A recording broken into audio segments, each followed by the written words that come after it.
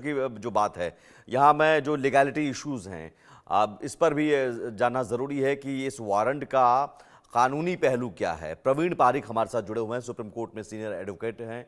प्रवीण जी, जो warrant international criminal court, इसका कोई अपना जेल तो है नहीं कि वारंट तो जारी हो गया, गिरफ्तार कौन करेगा, गिरफ्तार करके कहाँ रखा जाएगा, ये सारे प्रोसेस तो है नहीं। तो इस वारंट का मतलब क्या है?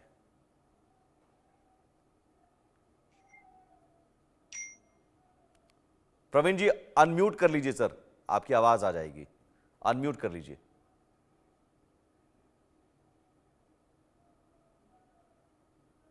जी ठीक है, अनम्यूट कर लीजिए सर, आप उसके बाद फिर मैं आता हूं। अनम्यूट करवा लीजिए, वहां पर अगर कोई है तो उनको। Yeah. जी जी, आ रही है आवाज, बोलिए। Yeah. To be here. Yeah. Yes. Yes, please. आ रही Yeah. है, आपकी आवाज आ रही है, बोलिए बोलिए बोलिए Yeah. Yeah.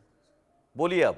Yeah. You see the arrest warrants could stem from investigation by the ICC, which has jurisdiction over for war crimes, crimes against humanity, and genocides. If the warrants are related to the Israel versus Hamas conflict, they have involved allegations of violations under international law, such as unlawful killings, attacks on civilians, or other breaches of the Geneva war crimes allegations. The arrest warrants.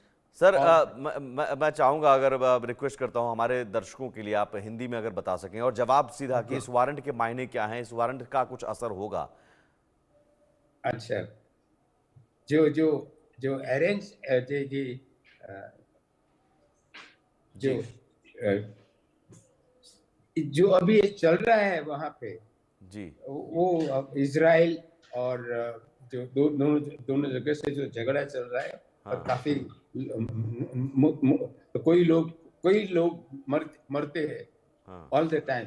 तो इसी तरह से बड़े जरूरी है कि ये सब बंद कर दे, और जो भी करना है कोई गवर्नमेंट और the international bodies must come और उनसे नहीं, तो बात ये करें। सवाल है कि वारंट जारी होने के बाद क्या गिरफ्तारी हो सकती है?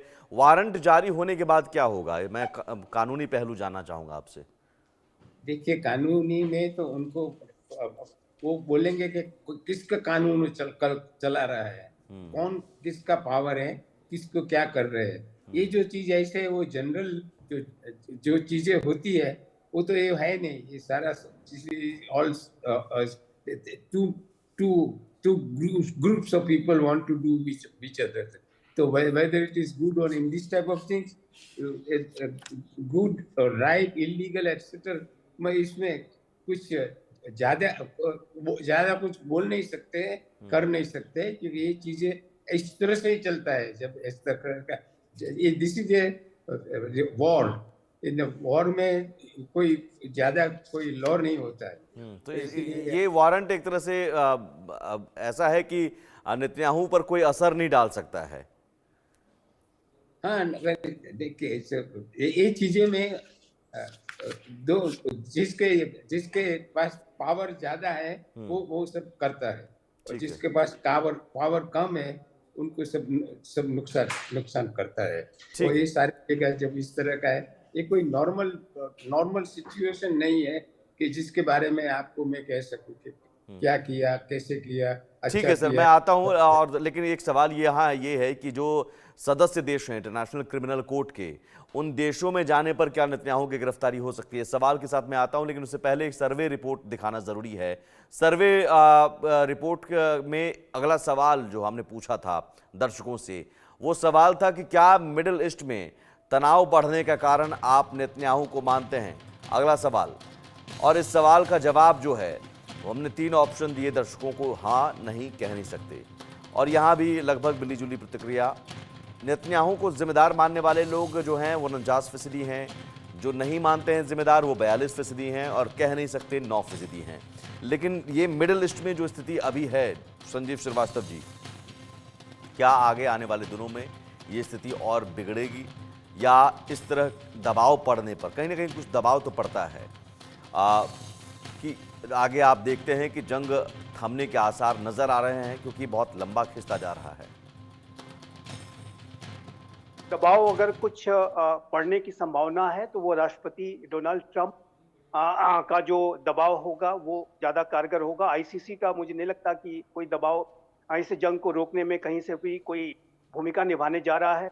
अगर कोई एक दबाव, और मैं इसमें स्पष्ट रूप से देखता हूं कि एक शांति की संभावना निस्संदेह बन रही है, क्योंकि राष्ट्रपति डोनाल्ड ट्रंप का ये जो अप्रोच है कि वो महायुद्धों को शांत कराना चाहते हैं, चाहे वो रशिया यूक्रेन का युद्ध हो, चाहे वो मिडिल ईस्ट रीजन में जो अस्थिरता हो।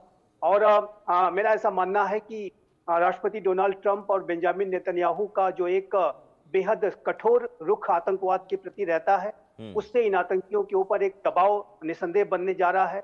और इन आतंकियों को इस बात को अच्छी तरह से इनको एहसास होगा कि ये डोनाल्ड ट्रंप ही थे कि जो कि पिछले अपने शासनकाल में उन्होंने आईएसआईएस की जो फिजिकल टेरिटरी उसने स्थापित कर रखी थी, अबू बकर अल बगदादी ने रखा, और मसूल में उसको उन्होंने पूरी तरह से तबाह कर दिया था। और एक स्पेशल ऑपरेशन में अबू बकर अल बगदादी को सीरिया में मार गिराया गया था। और इसी तरीके का जो अप्रोच है वो जाहिर है कि ट्रंप प्रशासन के दूसरे कार्यकाल में भी होगा, और इजराइल के साथ वो क्लोजली कोलैबोरेट करेंगे।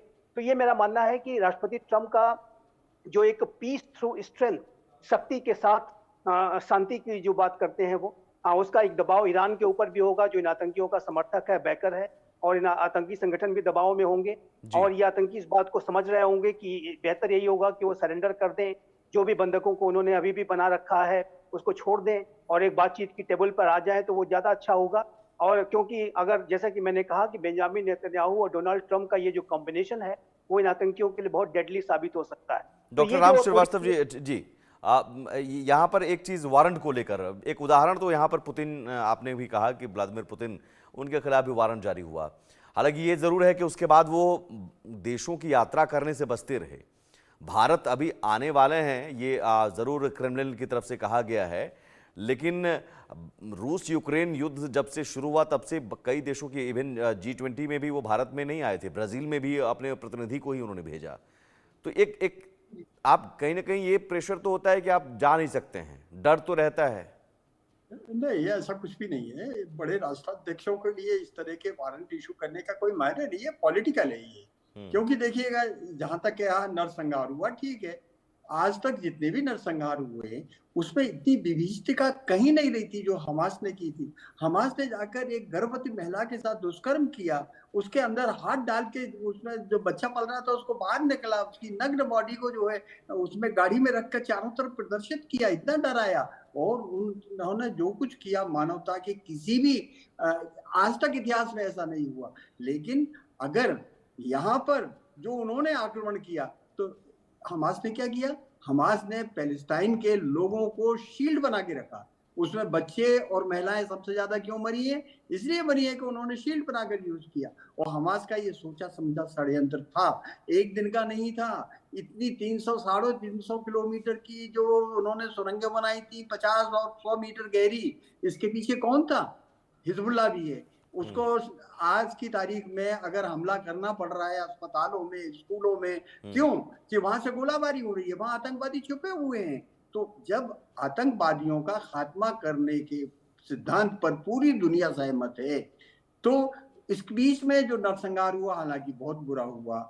आज की स्थिति इतनी खराब है, इतनी खराब है कि जिसकी अपन कल्पना नहीं कर सकते। लोगों के पास पीने का पानी नहीं है, खाने का कुछ नहीं है, अकाल पड़ा हुआ है। जरा सोचिए, 1 लाख आदमियों के हाथ पैर कट गए हैं, अस्पताल में दवाइयां नहीं मिल रही हैं, घायल हैं, 45,500 के करीब लोग जो है मर चुके हैं। आप बाकी कल्पना करना मुश्किल है। लेकिन इसके लिए जिम्मेदार कौन है? इंटरनेशनल क्रिमिनल कोर्ट ने क्या कभी उस सीन को देखा था जिसमें कि जब ये हमास वाले आए थे और उन्होंने इस तरह से काम किया था? असली में नट बोल्ट कहां पर कसना चाहिए? वो कसना चाहिए ईरान के। ईरान ने प्रायोजित किया है ये दोहरा रवैया बिल्कुल इंटरनेशनल क्रिमिनल कोर्ट का पहले भी नजर आया, या संयुक्त राष्ट्र UN जो हमारी ये संस्था जो है, ये एक तरह से आपने सही कहा पंगु हैं। और ये तब इनकी नींद खुलती है जब जो बहुत कुछ सर से पानी निकल जाता है, बहुत कुछ हो जाता है और उसमें फिर तब इनकी नींद खुलती है। लेकिन जब आतंकी आतंक मचाते हैं उस वक्त इनकी नींद नहीं खुलती, उस वक्त इन्हें कुछ नजर नहीं आता। लेकिन अभी मौजूदा स्थिति में प्रवीण पारिक जी, क्या किसी देश में जाएंगे तो गिरफ्तारी हो सकती है कि नेतन्याहू की? आप कई सदस्य देशों ने, जो ब्रिटेन है, कनाडा है, इटली है, यूरोपियन यूनियन है, स्विट्जरलैंड है, इसने समर्थन किया है फैसले का और यहाँ तक कहा कि हमारे देश में नेतन्याहू आएंगे तो हम गिरफ्तार कर लेंगे।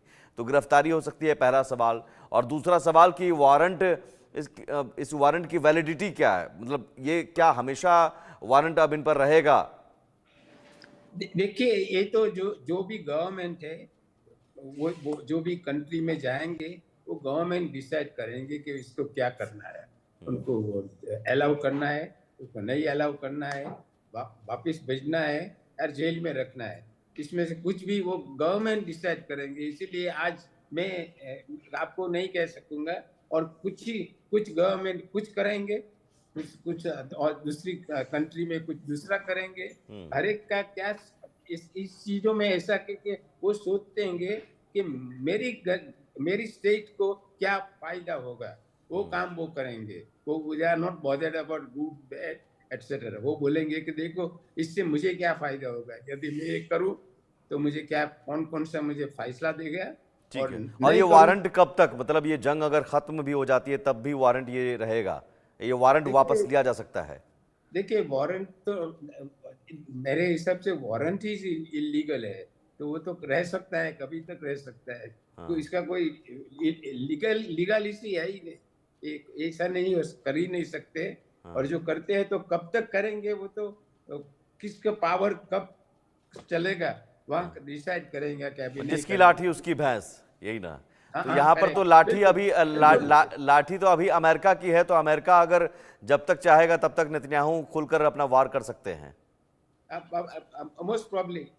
ठीक है, बहुत शुक्रिया संजीव श्रीवास्तव जी, प्रवीण पारिक जी और डॉक्टर राम श्रीवास्तव जी इस चर्चा में जुड़ने के लिए।